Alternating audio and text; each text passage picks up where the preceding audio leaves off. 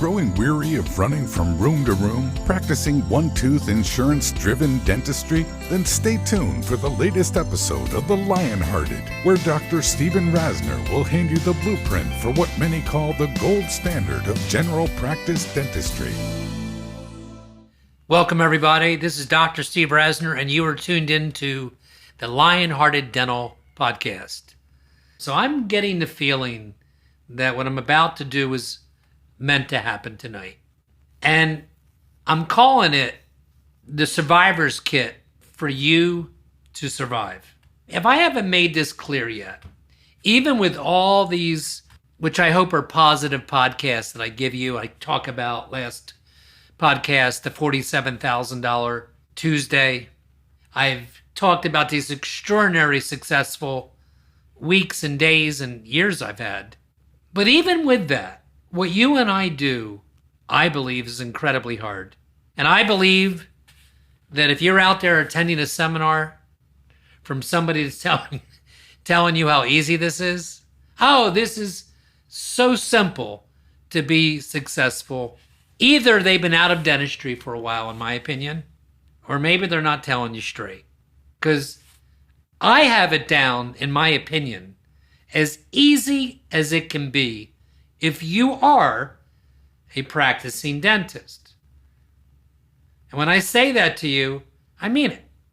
But even with that, if you don't do some of the things I'm about to tell you, and it's the use of your team, so how your team can take you to the promised land, that'll be tonight's podcast. I swear to you, I wasn't even intending to talk about this.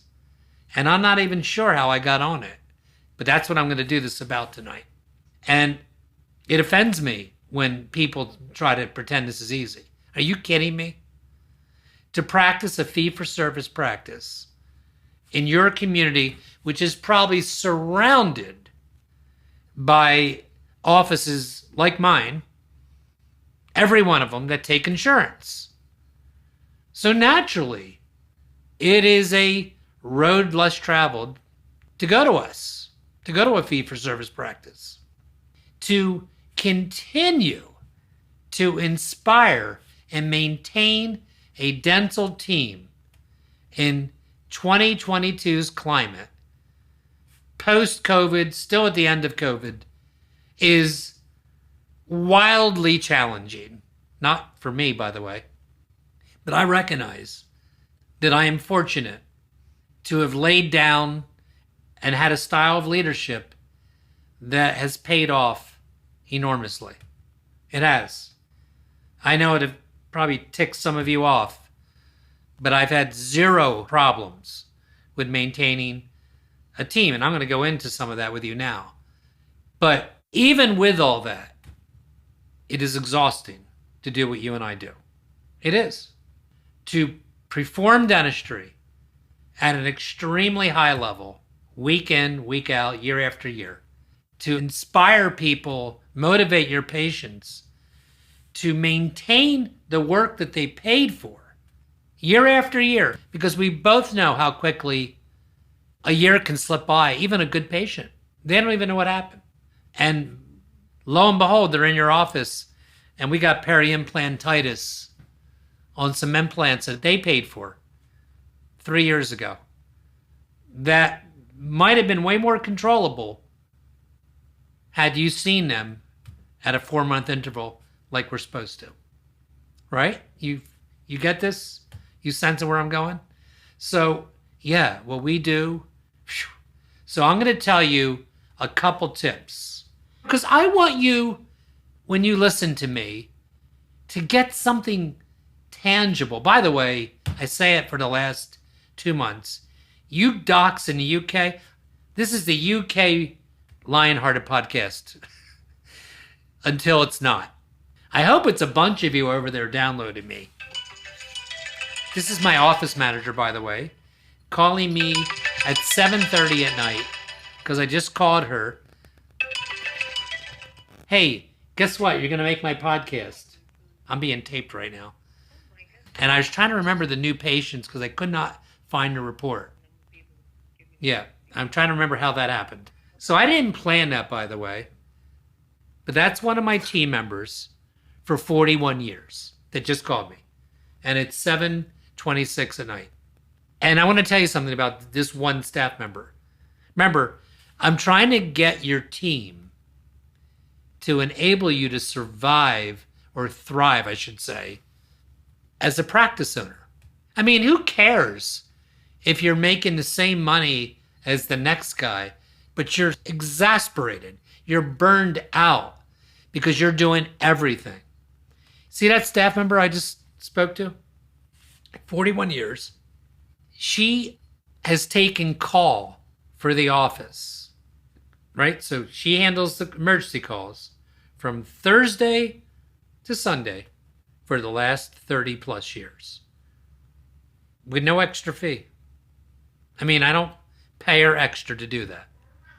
I take significant financial care and other things that I think motivate my staff that have been with me an average of 20.2 years. That's 20 staff members. Some of them have been with me 5 years.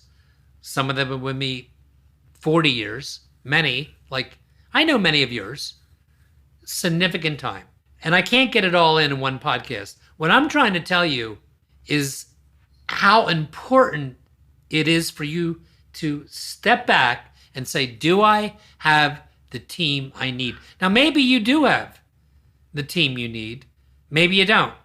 Because I'm going to ask you, if you're not already doing this, to ask more of that team so that you all can thrive.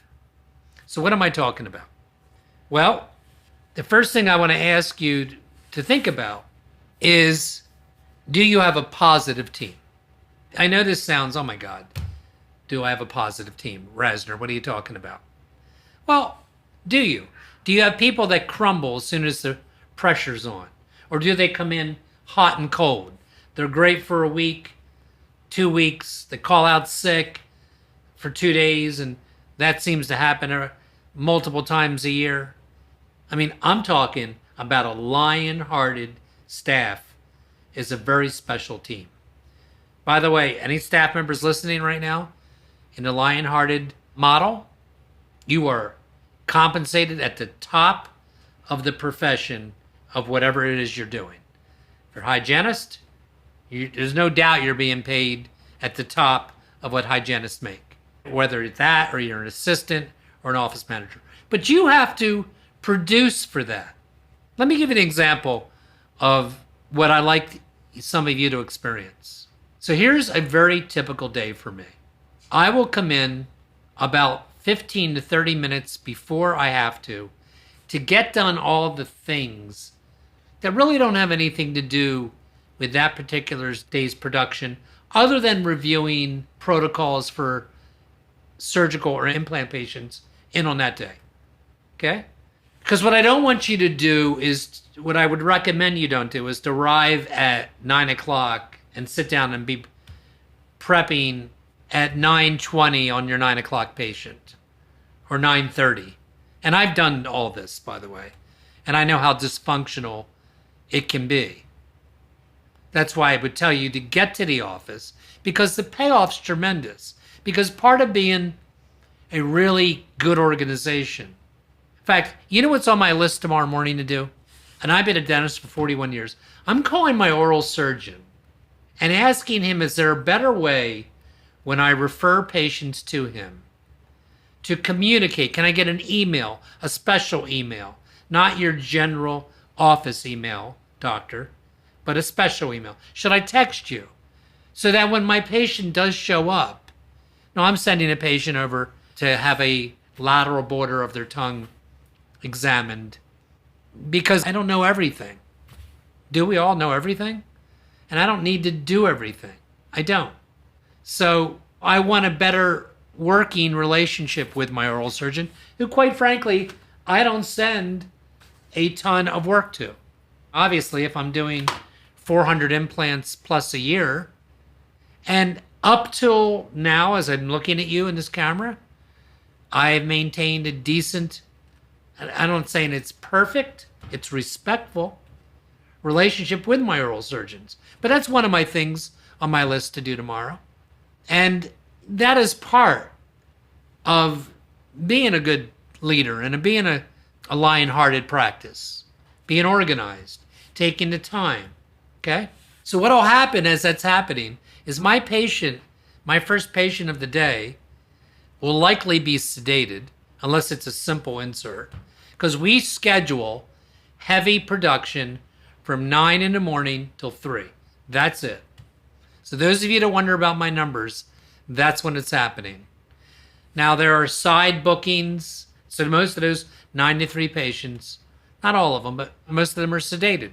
We're having 3-hour appointments that are probably overlapping. A 9, 11:30 to 12, maybe a 2 o'clock, depending on what it is. And there may be a side booking. It's easy of an insert of a 1 or 2 unit C&B case, crown and bridge case. And I've told you on numerous occasions, I'm trying to get you to make some changes if you're feeling angst. And the way that I survive is by having this team that is fully delegated to do as much as they're legally allowed to do. And I mean to the max. And I'm not sure all of you do that. So this patient's numbed by the hygiene team. I didn't have that luxury 10 or 12 years ago in the state of New Jersey. The hygienist couldn't anesthetize. And by the way, when they got their permit, when they received their permit to anesthetize patients, if I thought they were off a little bit, I asked either my endodontist or my oral surgeon if they could spend an hour or two to get a couple tricks of the trade. I mean, I guess I could have done it myself, but I didn't. So certainly your endodontist must be astoundingly good with anesthetic. I did teach them my no pain technique of using Citinest and the topical that I get from Indiana. And those of you tuning in for the first time, if any of this seems foreign to you, please reach out to me and say, what were you talking about with your painless anesthetic technique? Because I use tremendous topical, and it's pretty standard. We dry the sulcus really good. We anesthetize with a few drops of 4% Citinest, which has a neutral pH, 2 different needles, and then we give the anesthetic of choice, which is usually 4% articaine. That's not the purpose of today. I wanted to tell you, so I walk in, they are on a monitor. Their vitals have been recorded. They probably have already gone to the restroom as soon as they came back to the operatory, unless they declined. They're numbed. My assistant team knows clearly what step in their treatment are we at today for me to review with me.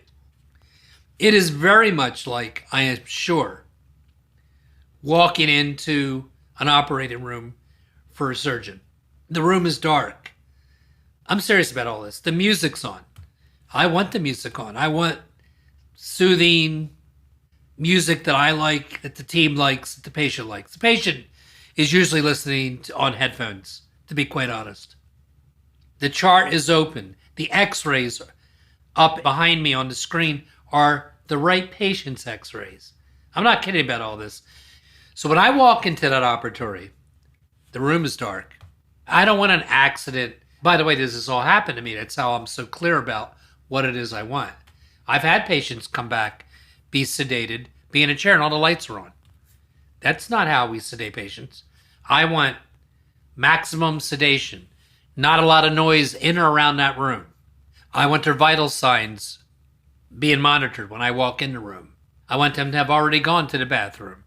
I mean, why do I say things like this? Because I've sat down ready to work, and the patient raises their hand and says, "Can I go to the restroom?" Does that destroy my day? Of course not. But why not have protocols and organization? Why not make it maximally easy for me or you? Imagine walking into this room. It's your first patient of the day for the next 2 or 3 hours, and everything is ready. The chart's open. Your assistant feels confident to say to you, you have all the operative written down somewhere because they wrote it down if you're doing operative. I do operative sometimes. If it's endo, every single thing I use in endo is out and ready to go. The drill that I'm about to use has been tested. It's not the one of the 7 drills I have that always seems to end up in my operatory in the morning when I'm getting ready to start that is frozen and the burr won't spin. We have 20 plus drills. I have a couple of those. This room's been tested. There's enough water in the lines because the lines are self-contained. You follow me? Everything's been checked. So I don't have to keep stopping and I can just proceed. So that isn't an accident. And by the way, team members, I don't know what you're going to think of this. Put me on the hate email list, I guess. I want my staff, when I come in on the morning and when they leave, to say hi. I do. I don't get along well, and I take it as a personal insult that, and I've told them this. I told them this at the interview. I want to be greeted in the morning. Good morning, Dr. Rasner. Maybe I'm in a bad mood, but that gets me in a good mood. I'll tell you what gets me in a bad mood. When you don't say anything to me. When I walk down that hallway, begin my clinical journey that day, and you don't even think it's important to look at me or greet me and say good morning. Be even better if you said, let's have a great day. I'm not kidding. And when you leave 7-8 hours later, I want to be said goodbye to. I don't care if it's not near where you're at. And team members watching me right now, I hope you understand that that is an onerous thing of your doctor to ask. Listen, do you guys understand that when we have to do redos, you're still getting paid? And we always have to do redos. Not 100% of implants work. I had a patient come in 3 months ago and had 7 through 10 done. Lovely girl. Sent them to a high-end lab. Cost me $450 a unit.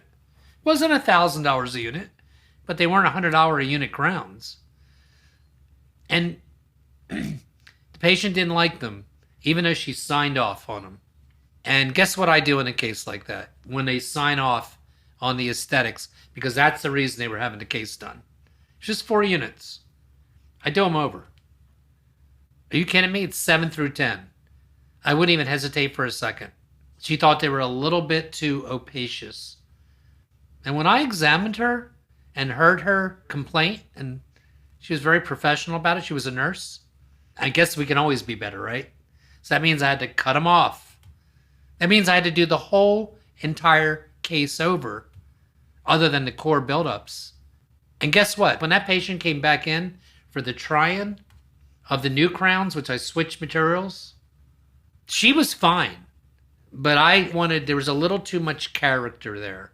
I like to put subsurface crack lines that you can barely see unless you have a magnification glasses on. I like to put halos in my incisal edges. And I went a little overboard. It's the truth. So I rejected them again. The point I'm making to you is everybody got paid except me. Of course, it's the way it is. We do have a hard job, guys. And I understand that in the course of the year that our incomes are different. Mine and my team members, of course they are. You want to have the same income? Go to school for 8 years. Sorry.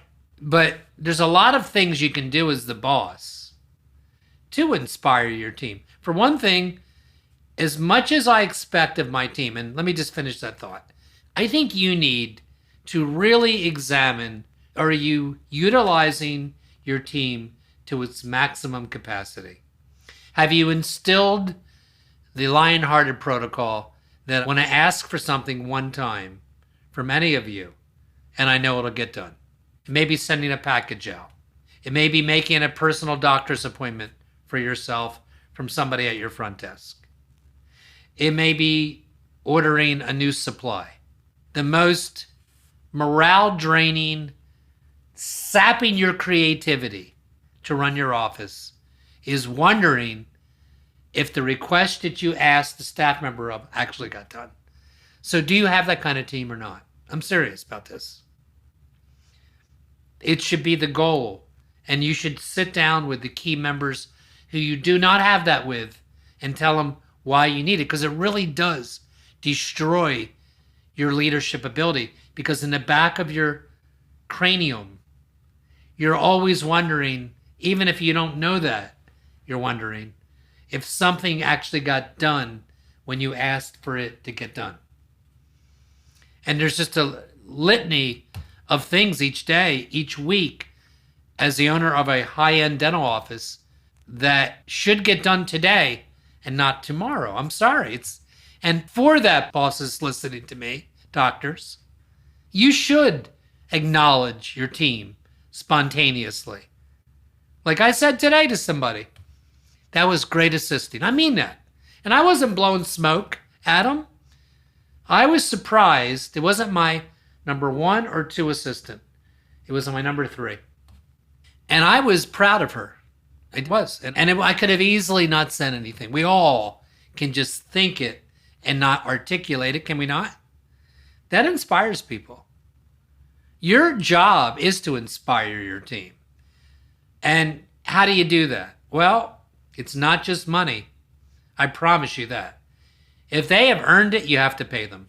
You have to inspire them with education. Education is kind of like the new 401k.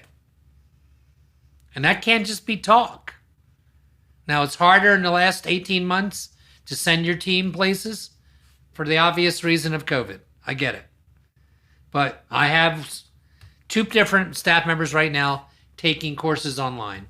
One for photography and another for a hygiene-related topic. And I would inspire you to inspire your team by... The only way this gets done is through organized approaches to it. So are you doing what you need to do, doctor, to get a team to allow you to delegate as much as possible? I mean, are you taking every temporary crown off? Anything your state allows, you need to have them do. Have you taught them to seat a single or 3 in a bridge? There's some things you're always going to have to do. Do you know the last time I made a provisional crown? I don't know when. And I know in 2022, that's not mind-boggling philosophy for you. I get it. But do they really make quality provisional crowns? Do they understand the importance of marginal integrity? Or do they understand the importance of your steps, every step, when you're doing a Bill Strupp, Mike Brum core buildup? I mean, every step, bloodless, not one drop, is an important factor in that process. Or do you have staff members that kind of look the other way? My staff members, they see blood, they're handing me a Hemodet widget, or they're handing me something immediately, even without me asking, to control any bleeding. I shouldn't have to ask for that. You shouldn't have to ask. I do a lot of surgery, so they know that we're cutting off some crown and bridge before the surgery, so there's a throat pack. There's so many things that will drain you if you have to ask for them throughout a day, throughout a week. You need a team. You might need a team meeting and write down for a week or 2 all the things that you would like to see improved. You know how easy it is to walk into a next operatory when the contacts have been adjusted, and there's a myriad of techniques out there that they can do all this adjusting out of the mouth. And you're able just to walk in, check the margins, and cement a crown in, adjust the occlusion, and call it a day for that patient. Or go in and check 1 to 10 units of provisional crowns that you really are proud of, that you probably couldn't have done as well. Or walk into a denture try-in or a partial denture try-in, and that staff member knows that you like to see the patient not reclined in the dental chair, but in a doctor stool, looking at you directly or standing, and they have a photograph of that, so you really can get a measure. Is there any cant that you have to eliminate? Do we have enough buccal profile of the smile we're assessing? You get me? Is the midline correct? Because you've taken the time to teach them what you want. And do they embrace that? And do they embrace that with a positive attitude? All these things I'm talking about are the only way you can survive all the demands that a high-end comprehensive dental practice requires. So what I'm asking you from this particular podcast this week, I want to give you the regroup, is I'm calling it your survivor kit. And your survivor kit's your team. Have you taken the time? And if you haven't, this is the time to do it. And yes, it's a little exhausting. Pay them. I mean, if you have to bring them in on a day off to teach them what you need to teach them, the payoff for that is endless. It's forever, assuming they embrace what you've taught them. And I'm not talking teaching them how to do provisional crowns. I'm not talking about that. If you're going to do that, I would send them a number of places you can send your team to learn out of the mouth technique for provisional crowns. Contact me and I'll send it to you. But do you have that? And do you have a team that's doing diligence to the things they are allowed to do? Are they doing it at the top of the line? And are they doing it with positive attitude? Now, I will tell you something. I don't have it 100% of the time. So I don't want you to think that I do. But it's close. The things I'm telling you. Organization. And I have very little patience because my team is taken care of, as your Lionhearted team should be. I am incredibly flexible. They can take all due vacations that are coming to them whenever they want to take them, as long as they have done the vacation protocol, which says they've taken the time to make sure the schedule is appropriate when they're out. My main assistant, I have to know when she's out, and my scheduler has to know when she's out, because we have to schedule differently. We schedule mostly surgeries because her end of her role in my office is heavily prosthetic, helping me with everything I just alluded to. Trying of dentures. She can move teeth. Now, not every dental assistant can move teeth, can move a midline, can raise a setup. There's a lot for us to talk about. When I talk to you about those highly productive days, it's not just me. It's my team who's highly productive. Having a dental hygiene team that gets it, that understands the rap required, the talk needed when somebody needs scaling and root planing again. Or do you have to go in the room all the time? You, Doc. I know I'm being a little nebulous, and I would gladly follow this up with a call to you.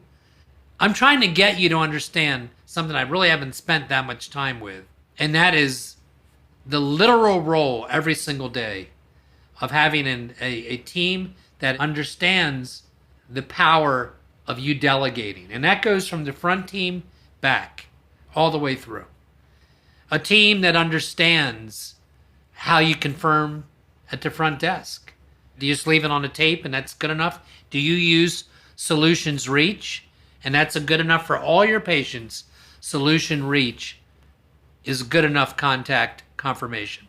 That's just not true. It is good for most of your patients. I get it. But you better know what patients it's good for and which aren't.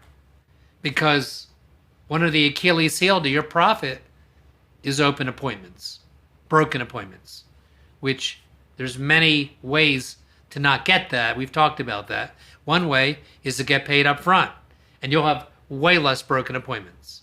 So again, guys, I came in here today with the intention of talking about case presentation verbiage I use, how to get patients to easily understand the value of a comprehensive exam.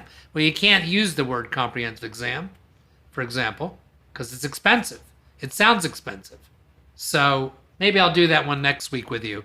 But think about what I said tonight. Think about your team. Are they at the level of where they need to be so that you can reach your highest outcome in 2022? Have a great week. See you guys next week on The Lionhearted.